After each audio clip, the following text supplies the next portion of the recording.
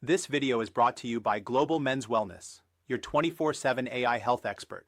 No copays, waiting rooms, or awkward conversations. Just real answers whenever you need them. Visit globalmenswellness.com to try it free and get your own on-demand concierge-level wellness expert today. Welcome to the 21st Century Man podcast. We're doing these deep dives into the chapters of, well, a really fantastic book, The 21st Century Man, trying to unpack what it tells us about getting through modern life. And today, we're zeroing in on chapter 66. This one's by Brett McLaughlin, CICD MBA, and it tackles a big one, anxiety in men. Oh, it really does. Yeah. I mean, if you ever feel like your mind's just constantly racing, or you're always bracing for the worst, or maybe there's just this like background hum of worry, this deep dive is definitely for you. We're going to pull out the key insights from the chapter, help you understand anxiety a bit better, maybe why it feels so present right now, and what you can actually do. And honestly, while we'll cover the highlights, the book itself, The 21st Century Man, it's just packed with useful stuff. Yeah. Really worth reading cover to cover for the full picture. Absolutely. Get the book. But before we really jump in, the chapter starts with this quote from Summers Roche. It really sets the scene. It does. It says, "Anxiety is a thin stream of fear trickling through the mind. If encouraged, it cuts a channel into which all other thoughts are drained." Wow. Cuts a channel into which all other thoughts are drained. That really hits home, doesn't it? That feeling of being consumed by it. It perfectly captures that overwhelming feeling, and it leads us right into, what anxiety actually is, according to the chapter. Okay, let's unpack that. Because the chapter makes a really crucial distinction, right, between fear and anxiety. What's a core difference there? The key thing is timing. It really boils down to timing. Fear is your response to an immediate present danger. Think, caveman sees a saber-toothed tiger right there. Okay, imminent threat. Got it. Anxiety, though, is anticipating a future threat, something that might happen. Right, and that's where our amazing human brains, kind of ironically, can trip us up. We can imagine all these future possibilities, things that haven't occurred, maybe never will. Animals are mostly reacting to the now. Exactly. We live in the future a lot, and that ability to imagine, especially negative outcomes, is what fuels prolonged anxiety. The chapter gives this great, really relatable example. Oh, yeah. Imagine you hand in a big report, your boss calls you in, and they're clearly not happy. You misunderstood something important. Oof. Okay, so you leave that meeting feeling, that immediate disappointment, maybe some fear about the consequences right then. That's the present reaction. That's the fear or the immediate stress. But then the anxiety kicks in. Your mind starts racing ahead, anticipating future problems. Like, am I going to lose that promotion? Or what are my colleagues going to think? Or even, could I actually get fired over this? Yeah. And the source points out these thoughts often become catastrophic, and they don't really factor in the mitigating stuff. Right, like maybe you've been a solid employee for years, or your boss gives confusing instructions sometimes. Exactly. But your mind still flags it as a future threat, and that keeps you stuck in that anxious state, maybe for days, just replaying it. That constant what-if loop. That's anxiety. That's the hallmark. Okay, so that brings us to the body's reaction, the stress response. The chapter references Robert Sapolsky's work, his book, Why Zebras Don't Get Ulcers. Super interesting title. What's the takeaway there? Sapolsky's work is fascinating. He really explored the impact of chronic stress, especially focusing on the hormone cortisol. Now, cortisol isn't inherently bad. It's a necessary steroid hormone. Right. It does important things. Regulates blood pressure, metabolism, sleep, blood sugar. And it's crucial for that fight or flight response. It signals your body to release glucose, fuel for your muscles, so you can, run or fight. So needed in short bursts. But the problem is... The problem, as the chapter details, is when you have continuous high levels of cortisol floating around. That's when you see the negative effects. Fatigue, muscle weakness, high blood pressure, lower sex drive, even problems with memory. And this is where the zebra comparison really makes sense, right? How does a zebra deal with stress compared to us? Totally. When a zebra spots a lion, its cortisol spikes, adrenaline floods its system. Its body goes into full-on physical activation, running for its life. Massive energy expenditure. Okay. Makes sense. Survival mode. But if it escapes, that intense physical activity helps rapidly clear out the cortisol and adrenaline. Then its nervous system shifts quickly back to the parasympathetic state. That's the rest and digest mode. Body starts repairing. And the key point the chapter makes is that zebras, well, as far as we know, they don't sit around worrying about the next lion attack. Threat gone, stress response off. Exactly. They return to baseline. Humans, though, we trigger that same stress response for things that aren't immediate physical threats, like that email from the boss, or worrying about a presentation, or just being stuck in traffic. Right, things that don't require running for your life. And critically, we often don't follow it up with physical activity. We have desk jobs, we commute sitting down, So instead of running away from the metaphorical lion, we sit and stew. The chapter actually uses the phrase bathed in stress chemistry. We keep those cortisol levels high because our minds are constantly anticipating these future threats, real or imagined. and that's why this matters so much today. It explains why so many of us feel constantly stressed or anxious. Our biology is primed for threats we mostly don't face, and we don't discharge the energy. It's a huge mismatch. Ancient wiring, modern world. Okay, so given that this is so common, and it has these deep biological roots, what can we actually do? Because the stats in the chapter, they're pretty sobering. They really are. Something like 19% of U.S. adults experience an anxiety disorder each year. And the lifetime prevalence. It's estimated at 31.1%.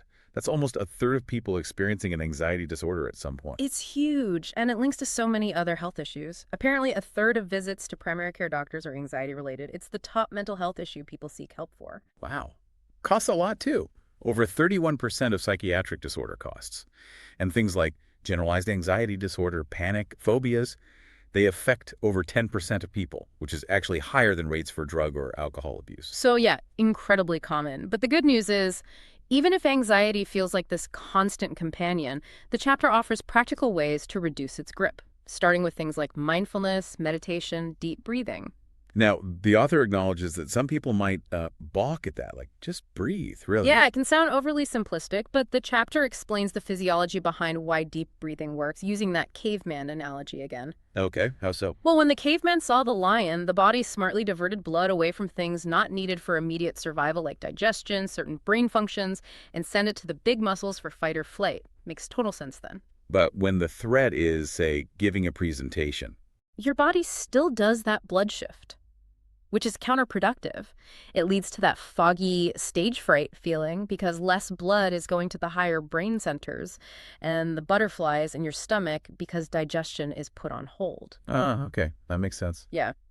And the chapter also mentions that instinctive protective stance, shoulders hunched, arms may be crossed. We do that subconsciously when feeling threatened, even in a meeting. That's why your shoulders might ache after a stressful day you've been physically tense. Okay, so deep breathing is about sending a different signal back to the body. Exactly. It basically tells our bodies that there is no real immediate threat. It's a signal to calm down. The chapter details a specific technique for diaphragmatic breathing from your belly. How does that work? You stand relaxed, shoulders down. If someone's with you, they can put hands on your hips, thumbs towards your back. When you take a proper deep breath, your stomach should push out, lower back expand a bit, and their thumbs should move apart. So it's not about lifting your chest and shoulders. Right. If your shoulders go up, you're breathing shallowly. You can even test it alone by lying down and watching your stomach rise and fall. This deep belly breathing helps activate the relaxation response. The relaxation response. Yeah. That connects to Herbert Benson's work, the cardiologist. Yeah. Benson showed back in the 70s that practices like meditation and deep breathing actively engage the parasympathetic nervous system. That's our rest and digest system, the opposite of fight or flight. And activating that system leads to relaxed muscles, lower blood pressure, slower breathing rate. The chapter connects it back to signaling safety, consciously relaxing your core, not being in that guarded posture, tells your body it's okay to stand down. Interesting. Another technique mentioned is progressive muscle relaxation. What's the story there? That actually goes way back to 1929, a psychiatrist named Edmund Jacobson. He noticed how tightly anxiety and muscle tension were linked. His idea was simple but effective. If you intentionally tense a muscle group harder than usual, then release it, you achieve a deeper state of relaxation afterward. And there's a shorter version for everyday use. Yes, psychologist Matthew McKay developed a kind of shorthand protocol. It's quicker, focuses on major muscle groups, something you can do discreetly throughout the day when you feel tension creeping in. Okay, walk us through that shorthand version. Sure. It's basically 4 steps. 1, hands and forearms. Make tight fists, hold for a few seconds, really feel a tension, then completely release and notice the difference. 2, head, neck, face. Press your head back a bit, maybe gently roll your neck. Then scrunch up your whole face like a walnut, tighten your jaw, pull your shoulders up towards your ears, hold it, then let it all go. 3, back and abdomen. Gently arch your back as you inhale, hold, Then relax as you exhale. Then push your stomach out as you inhale. Hold that tension and release. 4. Legs, feet, buttocks. First, tighten your shins and calves by pulling your toes up towards your shins. Hold, release. Then tighten your buttocks, thighs, and calves all at once, maybe curling your toes under. Hold tight, then release everything. That sounds very active. A way to consciously counteract that physical tension. Good stuff. Now, the chapter also stresses limiting self-medication as a critical step. Absolutely critical. This means being really honest about using things like alcohol, nicotine, illegal drugs, or even potentially misusing prescription meds to cope with anxiety symptoms. The source notes over 12% of men have issues with alcohol. And alcohol, being a depressant, might seem like it helps initially, lowering inhibitions, taking the edge off. Right. It can feel like temporary relief, but it doesn't touch the underlying causes of the anxiety, and the risk of dependence and abuse is obviously huge. Stimulants, on the other hand, nicotine, cocaine, meth, they generally increase excitability. They tend to make anxiety worse. Even nicotine. People say smoking calms them down. The chapter suggests that perceived calm is often just the relief of feeding the nicotine addiction itself, not a true reduction in anxiety. And often these substances are just ways to avoid dealing with the anxiety directly. Masking the symptoms, potentially making things worse long term. Exactly. It prevents you from building healthier coping skills. Okay, so let's say you've tried these relaxation techniques. You're watching the self-medication, but the anxiety is still really messing with your life. When does the chapter say it's time to get professional help? The guideline in the source is pretty straightforward. When the anxiety is impacting your activities of daily living and your previous coping strategies are no longer effective. And anxiety shows up in lots of ways, right? Phobias, OCD stuff, social anxiety, just constant worry. Yeah, the specific form isn't the main issue, it's the impact. How much is it interfering with your life? The chapter gives a good example. Extreme fear of spiders. If you live in the city and rarely see one, maybe it doesn't impact daily life much. Okay. But even mild public speaking anxiety could be a major issue if your job requires presentations and you're avoiding them or bombing them because of the anxiety. That makes sense. Yep. It's about the functional impairment. There's a key quote about this. Yes. Remember that short, mild bursts of anxiety can have a beneficial effect, heightening performance, increasing concentration, and narrowing focus. The question is whether anxiety is having a beneficial, neutral, or adverse effect on your life. So if it's consistently adverse, getting in the way of things you need or want to do, that's the sign. Seek help. That's the takeaway. All right, so if you reach that point, what are the treatment options discussed? When the self-help stuff isn't cutting it, professionals have more tools. You might start with your primary care doc just to rule out physical causes or discuss medications. And the chapter outlines different medication types. It does. Antidepressants are commonly used, things like SSRIs, SNRIs, tricyclics, MAOIs.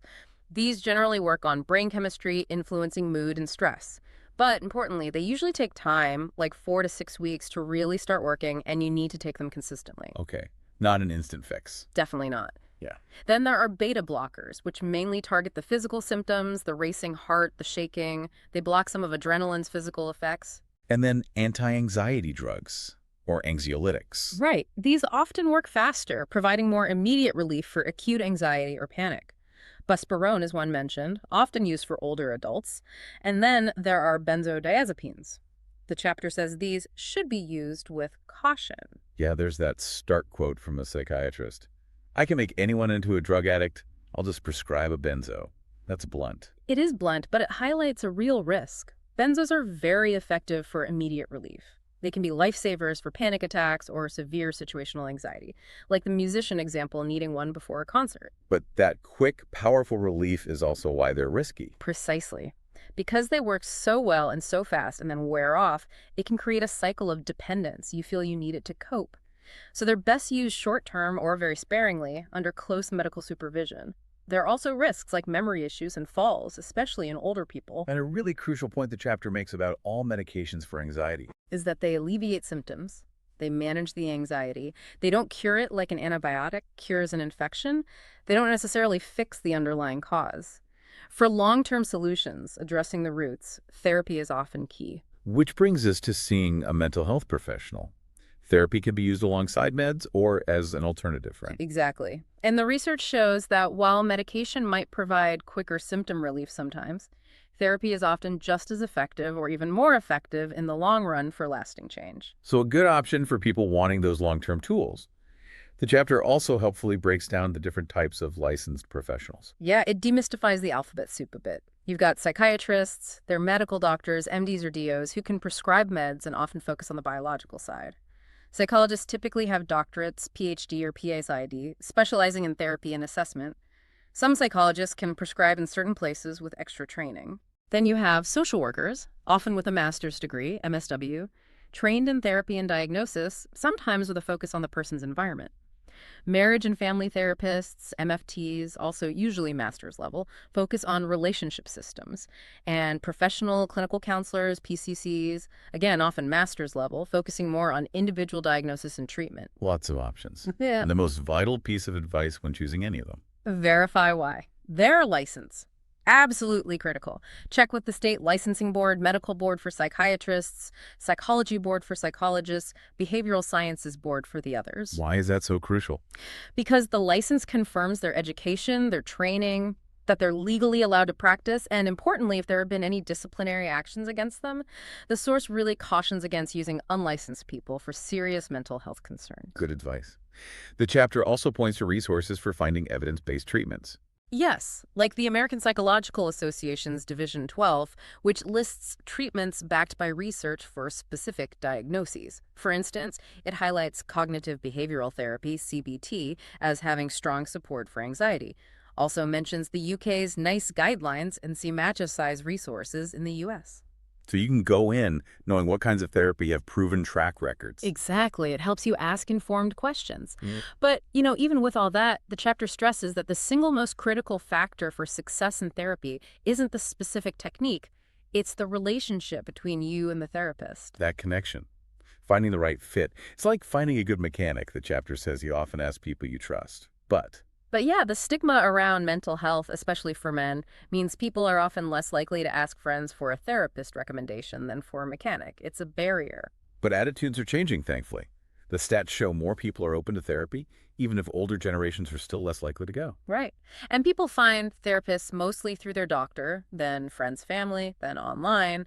Affordability and expertise are big factors. And generally, people who go have a positive experience. Overwhelmingly positive, according to the stats cited. Nearly half very positive, almost 30% somewhat positive. Only a small fraction had a negative experience. So the final takeaway on choosing someone. Don't give up if the first person isn't the right fit. It's okay to try another. The chapter even says don't be afraid to fire the therapist, but make sure it's about the fit, the relationship. Not just because therapy got hard, which it often does. That relationship is paramount. This has been really comprehensive. We've covered understanding anxiety, the stress response, coping strategies, when to get help, treatment options, all drawn from Chapter 66. It's such a dense, helpful chapter in a really valuable book. Again, if this resonates, I highly recommend getting The 21st Century Man and reading it yourself. There's so much more depth there. Absolutely. Couldn't agree more. So as we wrap up, here's something to maybe mull over, based on everything we've discussed from the chapter. We know our biology is wired for immediate physical threats, like that zebra running from the lion. But so much of modern life bombards us with non-physical, anticipated threats, work pressure, news, social media, financial worries. How much is this fundamental mismatch fueling the anxiety epidemic? And maybe more importantly, what's one small, consistent thing you could do, maybe just a couple of minutes, of that deep diaphragmatic breathing each day to consciously signal safety to that ancient system amidst the modern chaos? That's a great question to sit with. Well, thank you for joining us for this deep dive into Chapter 66, Anxiety in Men. Be sure to join us next time on the 21st Century Man podcast, where we'll be diving into Chapter 67, Depression in Men. Take control of your health anytime, anywhere. Visit globalmenswellness.com and start your free trial today. Get expert-level answers in seconds, not weeks, without the cost, the wait, or the awkward conversations. Real support on your terms. Visit globalmenswellness.com now.